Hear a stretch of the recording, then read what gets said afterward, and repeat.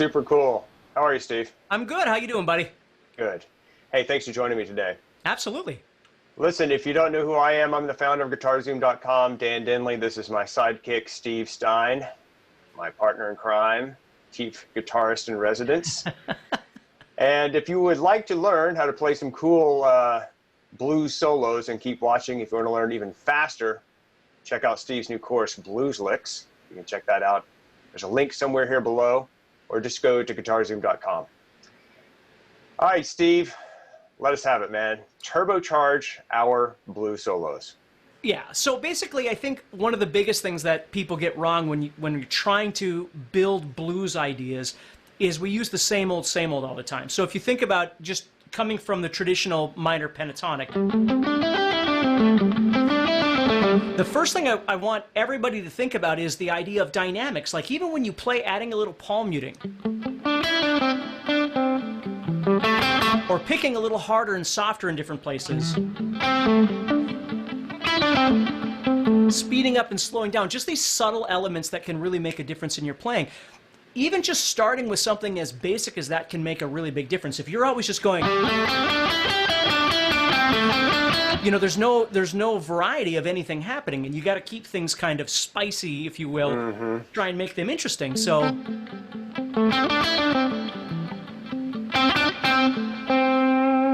add in a little vibrato, you know. Nice. And so that kind of keeps it from sounding like a scale. Well, that's the whole point, is you want to try and turn what you're doing into a voice. Think of it as singing, but you're doing it on your guitar, right?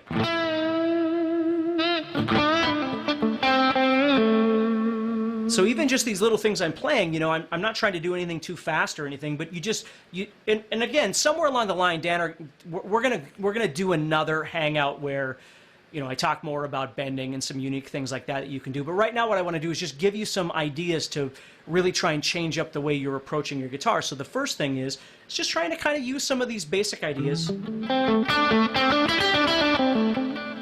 of kind of speeding up, slowing down, adding some dynamics, some energy by playing a little louder and a little softer, that sort of thing. Nice. Yeah. Very cool.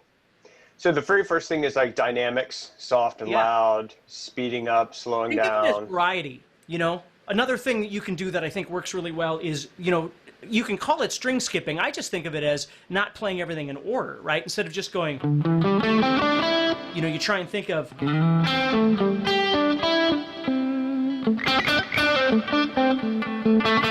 notice how I can double up on notes and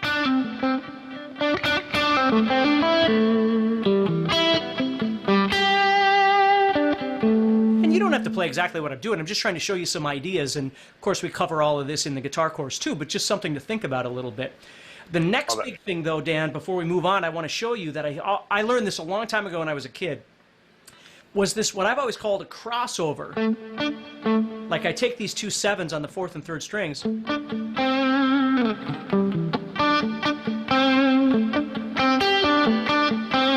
I can, you know, do that anywhere.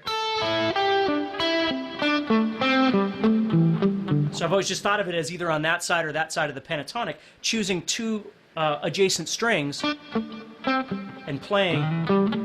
And you get real bluesy kinds of sounds that way too. And again, so you're playing two notes on the same fret with different strings. So like, the big one I'm using here is the two sevens on the third and fourth strings.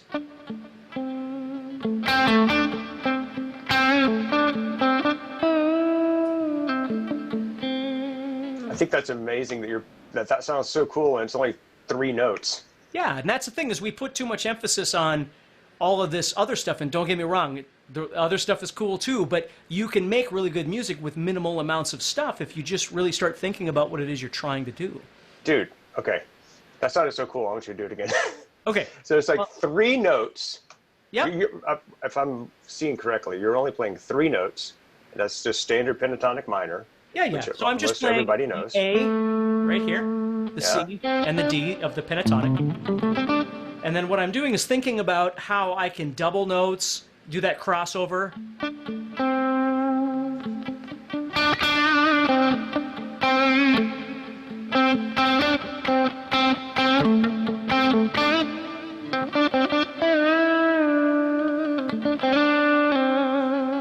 You know, there's so many so things you can cool. do. Yeah, yeah. Do you have a, not to put you on the spot, do you have like a backing track you could maybe show how you'd play those 3 notes over a backing track? Let me see if Or were you set up for that today? I'm not sure how the audio is going to be. Let's try this. All right.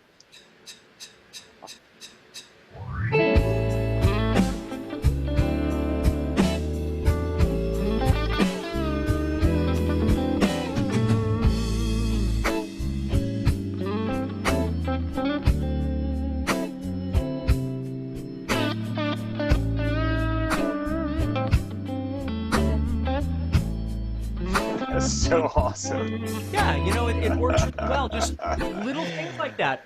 So we always, you know, the biggest thing that I try and always teach is that it's not just that you're learning how to do something or you've learned something, it's learning how to use what you've learned, right? So when you learn a scale, obviously everybody does the same thing. We learn to play it up and down and from a technical perspective in a memorization sort of thing.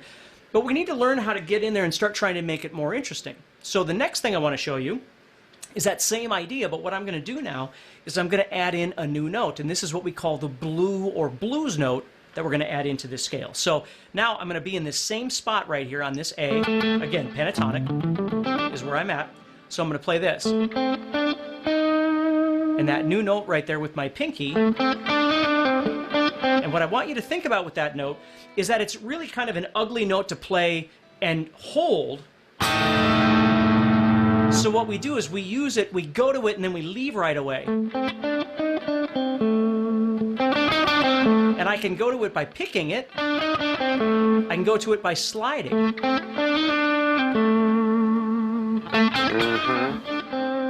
So if I come from, for instance, the top part of the scale, I'm thinking toward the floor here, if I do this.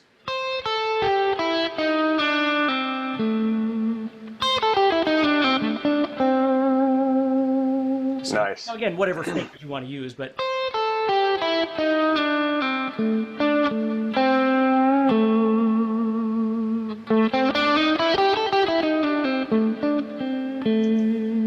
that's super cool.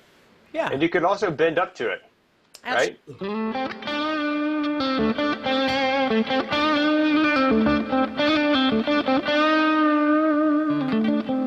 So you can bend up a half step yeah. and then bend up a whole step. So I'm bending up to this one and then this one. You know, So cool, it's all dude. about learning to have control. It's not just how much you learn. It's learning to control the things that you do when you play.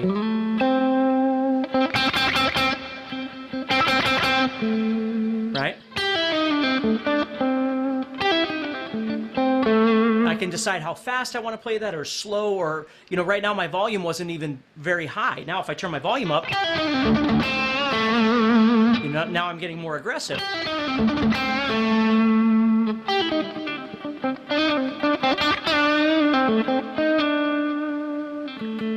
So cool. Yeah. Love it. So, guys, as we're going through this, just keep in mind that we're just scratching the surface on Steve's new Blues Licks course, which is going to take you step by step through all the things that he's going through right now. This is just a small little taste of what you get. If you want to check that out, just go to guitarzoom.com or just check out the link around this video. What else you got for us, big guy? Okay, next thing we're going to do is we're going to take that same idea, but this time what we're going to do is we're going to add in what's commonly referred to as the major sixth. And again, it doesn't matter if you know what that is, but basically what I'm going to be doing here is taking my pentatonic again, and right there, it's right there. Okay, so I'm going to the 7th fret. I'm in the key of A here. I'm going to the 7th fret of the 2nd string. Now, the trick with this particular note is if I play all the notes of the pentatonic and I add that note in, it doesn't sound pentatonic, or it doesn't sound bluesy. It just sounds like something maybe melodic that you'd play. So here the trick is even though you're adding new notes in, it's not like because you've got a new note, you just add it with everybody else. Sometimes it's, again, how you're using it. So here's what I want to show you. So when I go to this string, this 2nd string, and instead of playing 7 and 8 like I used to, or excuse me, 5 and 8, and then we have 5, 7, and 8, this is my new note. What I'm going to do is I'm going to leave out the 8th fret, and I'm just going to play 5 and 7 on that string. Okay? Now, if I go to the first string and I play my 5/8 like I normally do, you get that bluesy sound. And then see how I went back to that sounds sweet. And then my crossover here. So it sounds like major or something. Yeah. So oftentimes as I'm descending this direction, I'll play the 5/7, this new note I've got here, skip the 8, and when I come back toward the ceiling that direction, then oftentimes I'll play both of those.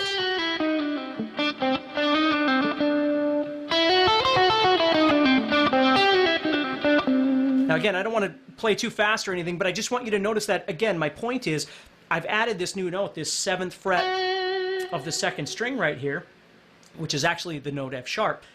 But just because I've added it doesn't mean I want to play it all the time, and it doesn't mean I want to play it with all the notes. I have to think and listen to how it responds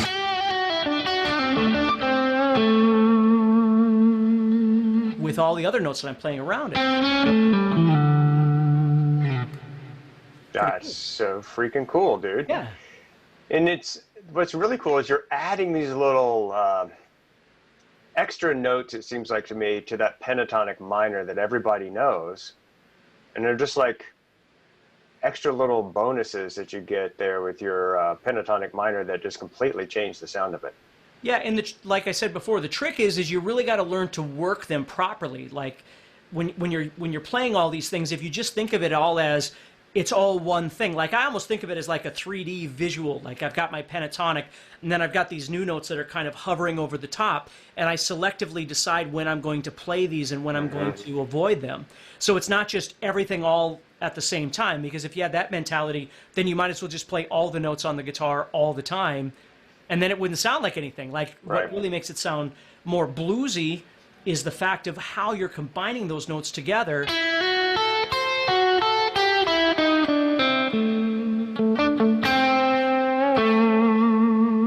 Very cool. Yeah, works out really well. Nice.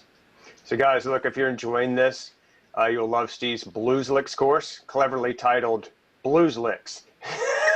So, we're really creative here at GuitarZoom.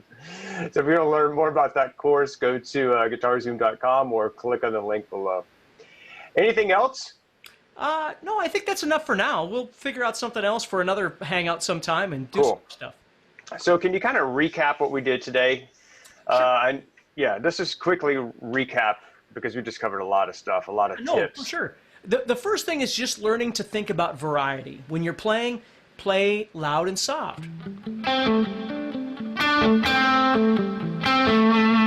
Learn how to play with variety of your notes too by thinking about jumping over notes. You know, we can call it string skipping, but really you're just trying not to play sequential all the time. Like this, you're trying to think about it.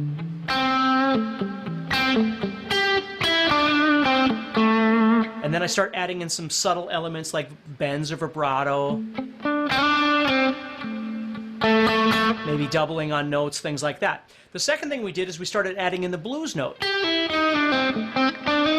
And started really deciding how we wanted to manipulate that sound. Maybe we bend to it, maybe we slide to it. And then we put it in context of our scale. And then the next thing we did is we added in that major 6 sound, but we were really careful not to just add it in so it just sounds like a scale, but instead trying to combine the sound with some of the other minor pentatonic notes around it.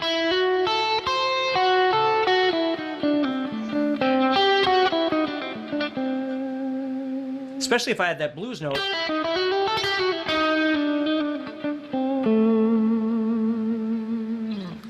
That's magical. Yeah, it's cool. Dude, thank you so much for sharing. Yeah, absolutely. Amazing. So guys, if you like this, check out Steve's Blues Licks course. I think you'll love it. Go to guitarzoom.com. You can check it out. And other than that, I think this is a wrap, bro. Absolutely. This is awesome. Thank you so much, buddy. Thanks for being here, man. Thanks for spending time with us. Yeah, take care. See you later, guys.